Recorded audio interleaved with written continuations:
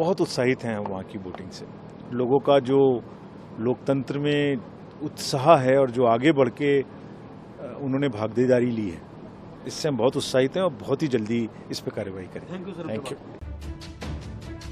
देश में आम चुनाव लगभग खत्म होने को है। बचे हुए एक चरण के चुनाव के बाद 4 जून को नतीजे आने वाले हैं, लेकिन उससे पहले जम्मू कश्मीर विधानसभा चुनाव को लेकर चर्चाएं जोर पकड़ रही हैं। हाल ही में मुख्य चुनाव आयुक्त राजीव कुमार ने इसे लेकर बड़ा बयान दिया। उन्होंने कहा कि जम्मू कश्मीर में लोकसभा चुनाव में मतदान प्रतिशत से उत्साहित चुनाव आयोग बहुत जल्द केंद्र शासित प्रदेश में विधानसभा चुनाव कराने की प्रक्रिया शुरू करेगा। जम्मू कश्मीर के लोग अपनी सरकार पाने के हकदार हैं। वो मैं बोल चुका हूं पहले भी, जब पहले तीसरे चरण की वोटिंग हुई थी श्रीनगर में। बहुत उत्साहित हैं वहाँ की वोटिंग से।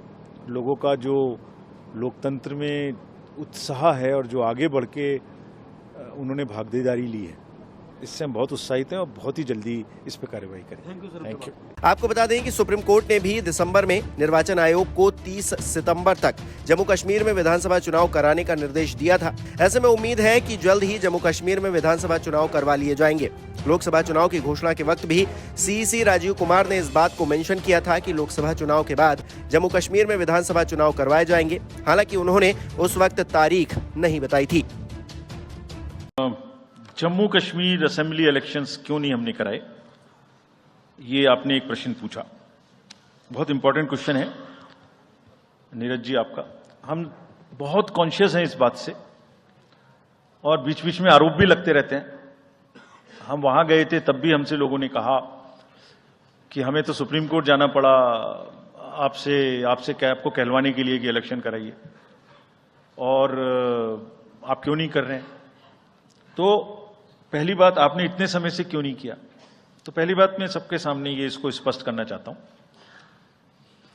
कि Jammu and Kashmir reorganisation act was passed in 2019। ये सबको विदित है कि 2019 में Jammu Kashmir reorganisation act pass हुआ। उसमें जम्मू कश्मीर की असेंबली में 107 सीटों का प्रावधान किया गया।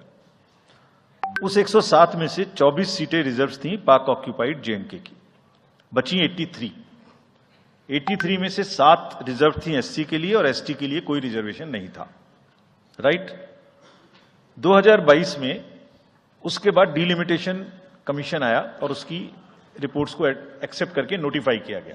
उसने इन सीटों की संख्या में परिवर्तन कर दिया। तो another act change this number of seats. क्या हो गया, 107 से बढ़ के 114 हो गई, 24 उसमें पाक ऑक्यूपाइड जेके की रही, 90 बची, तो 83 से बढ़ के 90 हो गई और 9 सीट एसटी के लिए रिजर्व कर दी गई। ये नया फीचर क्रिएट हो गया।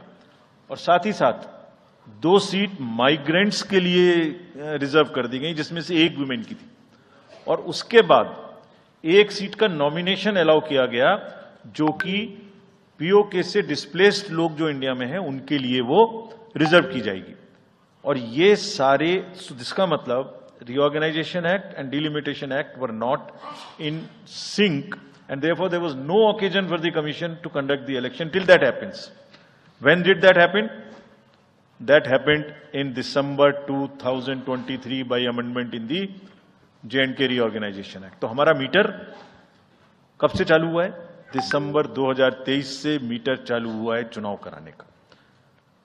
असेंबली और पार्लियामेंट में चुनाव कराने के लिए हम जेएंडके के सभी पॉलिटिकल पार्टीज ने हमसे कहा, ऑल, कि आप हमारा चुनाव पार्लियामेंट के साथ करेंगे। वी रेस्पेक्ट दैट, और हम समझते हैं कि हमारी ड्यूटी है हम उसे कराएं। सारी एडमिनिस्ट्रेटिव मशीनरी ने टुगेदर एक स्वर में कहा कि सर हम एक साथ नहीं करा सकते। हमने पूछा क्यों, तो उनका आंसर था कि जब असेंबली कॉन्स्टिट्यूएंसी के चुनाव साथ साथ में होंगे तो एक असेंबली में लगभग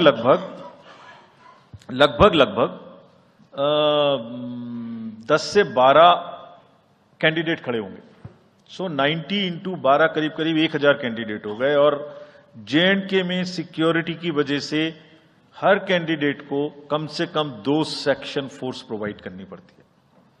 2 सेक्शन फोर्स का मतलब हो गया कि हमें करीब 1000 के बीच में 450-500 लोगों की कंपनीज की जरूरत और एक्स्ट्रा पड़ेगी। वो इतने बड़े देश में इस समय में सिक्योरिटी रीजंस में प्रोवाइड नहीं था, बट वी स्टैंड कमिटेड कि हम जैसे ही ये चुनाव खत्म होते हैं उसके तुरंत बाद, क्योंकि फोर्सेस की हमारे पास अवेलेबिलिटी हो जाएगी। नमस्कार, मैं हूं मानक गुप्ता। अगर आपको हमारा ये वीडियो पसंद आया हो तो इसे लाइक और शेयर जरूर करें, और हां, हमें सब्सक्राइब और फॉलो करना ना भूलें ताकि आप देश और दुनिया की कोई खबर मिस ना करें। तो जुड़े रहिए हमारे साथ और देखते रहिए न्यूज़ 24।